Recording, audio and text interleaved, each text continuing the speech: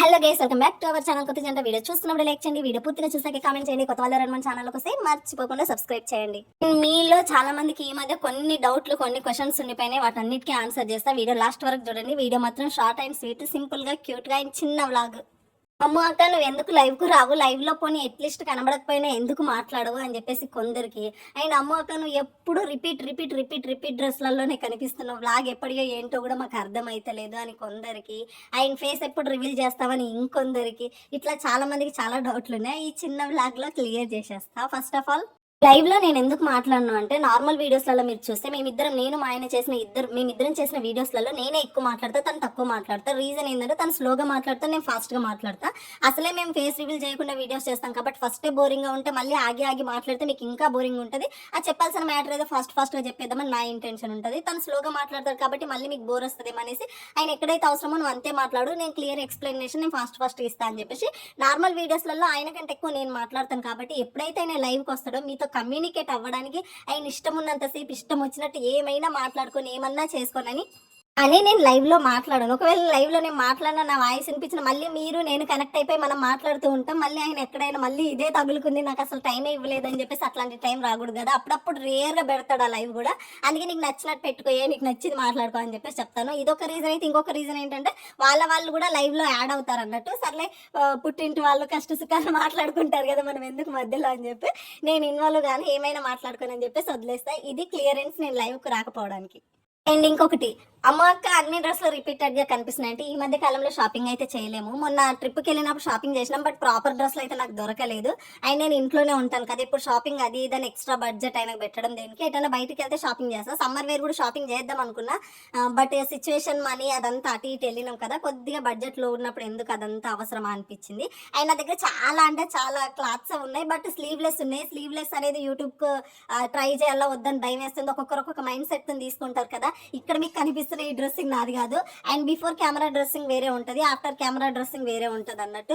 So మళ్ళీ ఎందుకు social మీడియాకి వచ్చేసి మళ్ళీ ఈ డ్రెస్ ఇట్లుంది, ఆ డ్రెస్ అట్లుంది, ఈ పిల్లి ఇట్లేసింది అట్లేసింది అని చెప్పేసి మళ్ళీ లేనిపోని గాసిప్స్ అన్ని క్రియేట్ చేస్తారేమో, ఎందుకు వచ్చిన తలనొప్పి అని చెప్పేసి వేసిన డ్రెస్లే రిపీట్ లో వేస్తూ ఉంటాను అన్నట్టు. వీడియో ఆన్ చేసిన అన్నప్పటికీ నేను డ్రెస్ చేంజ్ చేసుకుంటాను అన్నట్టు. అండ్ మోస్ట్లీ ఈ విషయంలో నేను లక్కీయెస్ట్ పర్సన్ అనుకోవచ్చు. నన్ను మా ఆయన డ్రెస్లకు అయితే ఎలాంటి రెస్ట్రిక్షన్స్ పెట్టరు. యాక్చువల్గా అయితే తను ఇంకా అట్లే వేసుకోమని చెప్తాడు. స్లీవ్లెస్ షార్ట్స్ ఇవే బెటర్, ఇవే నీకు సెట్ అవుతాయి, ఇవి అసలు సెట్ కూడా అవ్వవు, ఇవి వేసుకోకనేసి అని అంటాడు. సర్లే, ఆయన ఇచ్చిన ఫ్రీడమ్ ఇవ్వని. అండ్ ఏమంటారు, కెమెరా వెనకాల ఒకలాగా ఉంటాయి, కెమెరా ముందు ఒకలాగా ఉంటాయి. ఎందుకంటే కొన్నిసార్లు అడ్జస్ట్ అవ్వాలి. తీసుకునే వాళ్ళు ఒకలాగా తీసుకుంటారు, చూసే వాళ్ళు ఒకలాగా చూస్తారు. అసలే మాకు ఎక్కడ పోతే అక్కడ గాసిప్స్ క్రియేట్ అవుతాయి కదా. మళ్ళీ ఎందుకు ఆయనకు లేని ప్రెషర్ పెట్టడం, ఎవరో వాళ్ళ సైడ్ ఎవరో ఒకరు చూడడము, అరే ఇట్లా అట్లా అని బుర్ర పాటు చేయడం. అర్థం చేసుకునే వాళ్ళు ఉంటే ఓకే, దానికి ఏం ప్రాబ్లం లేదు. అర్థం చేసుకున్న వాళ్ళకంటే అపార్థం చేసుకునే వాళ్ళు ఎక్కువ ఉంటారు కదా. అందుకని చెప్పేసి బిఫోర్ కెమెరా డ్రెస్లు వేరు, ఆఫ్టర్ కెమెరా డ్రెస్లు వేరు. ఇంట్లో పనులు అయితే మొత్తం అన్ని కంప్లీట్ అయిపోయినాయి. ఇక్కడ ఏమంటారు, రెడ్ మిర్చికి తొక్కలు తీస్తున్నా నేను. అండ్ చైన్ నొప్పి కూడా ఎట్లుందాక అని అడుగుతారు కదా. బాగుంది, బట్ కంటిన్యూస్లీ డేలో వర్క్ చేస్తే పెయిన్ అనేది వస్తూనే ఉంది. మార్నింగ్ నుంచి అంట్లు కడిగి బట్టలు ఉతికి అదంతా చేస్తాను కదా, పెయిన్ వస్తుంది. పెయిన్ వచ్చినప్పుడు పట్టీ చేస్తున్నా, కొద్దిగా స్టెబిలిటీ ఉంటుంది.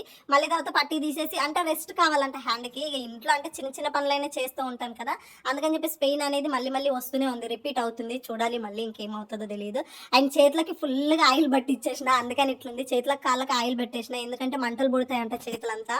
అందుకని చెప్పేసి మా పక్కన సిస్టర్ చెప్పింది, ఆయిల్ పెట్టుకొని దిగే అవన్నీ, లేకపోతే ఫుల్ మంటలు పుడితే అసలు భరించను అని చెప్పేసి చెప్పింది. అందుకని చెప్పేసి ఫుల్గా ఆయిల్, కుకింగ్ ఆయిల్ వేసేసి ఆ తర్వాత ఈ ఎండుమిర్చికి తొక్కలు తీస్తున్నా గైస్. అండ్ ఇంకొక క్వశ్చన్, అక్క ఫేస్ ఎప్పుడు రివీల్ చేస్తారు? ఒక్క కామెంట్ అని వస్తుంది. నేను ఎందుకులే వాటిని డిస్ప్లే చేయడం అని చాలా వరకు డిలీట్ చేస్తూనే ఉంటాను. నేను ఎప్పుడు రివీల్ చేస్తానంటే, ఇప్పుడు చెప్తున్నా వినండి, మళ్ళీ అడగొద్దు అస్సలు. ఆ కామెంట్ పెట్టకండి ప్లీజ్, అండ్ నార్మల్ కామెంట్స్ పెట్టండి. ఎప్పుడు రివీల్ చేస్తానంటే, ఫస్ట్ శాలరీ తీసుకున్నప్పుడు అయితే రివీల్ చేస్తాను ఖచ్చితంగా. ఇన్ని రోజులు వెయిట్ చేసి ఏం అకేషన్స్ లేకుండా రివీల్ అయితే వేస్ట్ కదా. ఆల్మోస్ట్ 2 years అయిపోతుంది, మనము 1.5 year అయితే ఖచ్చితంగా అవుతుంది. ఇన్ని రోజులు వెయిట్ చేసినందుకు అట్లీస్ట్ మోనిటైజేషన్ కంప్లీట్ అయిపోయింది. మోనిటైజేషన్ అయినప్పుడు ఆ పిన్ పట్టుకొని హ్యాపీగా చెప్దాం అనుకున్నా. నా హ్యాపీనెస్ అంతా పోయింది, అంతా పిచ్చి అయిపోయింది. అట్లీస్ట్ ఫస్ట్ శాలరీ తీసుకొని అన్నా, నేను పడ్డ ఇన్ని కష్టాలకు, మీ బుర్ర తిన్నందుకు, మీరందరూ నన్ను భరించినందుకు, ఈ ఒక్కదానికైనా సరే ఫస్ట్ శాలరీ తీసుకొని నేను నా శాలరీ మీ ముందుకు వచ్చేస్తాను. అండ్ మళ్ళీ మీరు టెన్షన్ తీసుకొని నాకు టెన్షన్ ఇవ్వద్దు గైస్. చూడండి, ఇక్కడ చూస్తూనే నైట్ అయిపోయింది. ఇట్లా అయిపోతుంది కొన్ని డేస్, ఇంట్లో పనులకే నాకు నైట్ అయిపోతుంది. ఈ ఇయర్ అయితే చాలా ఫాస్ట్గా గడిచిపోతుంది అనిపిస్తుంది. అండ్ ఇంట్లో వర్క్ అంతా కంప్లీట్ అయిపోయింది. మళ్ళీ ఇంకా డిన్నర్ ప్రిపేర్ చేస్తున్నాను. మార్నింగ్ పప్పు చేశాను, మునక్కాయ పప్పు చేశాను. చేశాను. దానికి స్టఫింగ్ లాగా ఆమ్లెట్ అయితే బాగుంటుందని చెప్పేసి మా శ్రీవారు అన్నారు. అందుకని చెప్పేసి ఇక్కడ ఆమ్లెట్ వేస్తున్నాను నేను. ఇది నా డైలీ రొటీన్ అన్నట్టు. ఆయనకు నచ్చిన ఫుడ్ చేయడం, ఆయన కోసం వెయిట్ చేయడం, ఇంట్లో పనులు చేసుకోవడం, ఇదే నా లైఫ్. ఐ హోప్ మీకు ఈ వ్లాగ్ నచ్చిందని అనుకుంటున్నా. మీరు అడిగిన క్వశ్చన్స్ అన్నిటికి ఆన్సర్ వచ్చిందని నేను అనుకుంటున్నా. మీరు ఇబ్బంది పడి నన్ను ఇబ్బంది పెట్టొద్దు ప్లీజ్. ఖచ్చితంగా ఫస్ట్ సాలరీతో మీ ముందుకు వస్తాను. ఈ ఒక్క హ్యాపీనెస్ అయినా నాకు ఉండనివ్వండి. నేనైతే ఫస్ట్ గూగుల్ పిన్ పట్టుకొని వద్దాం అనుకున్నాను నా లైఫ్లో. ఏమో మరి నా అదృష్టం బాగాలేనట్టుంది, అట్లా నేను రాలేను. అండ్ అట్లీస్ట్ ఫస్ట్ సాలరీతో అయినా అట్లా రివీల్ అవ్వని, అప్పటి వరకు వెయిట్ చేయండి.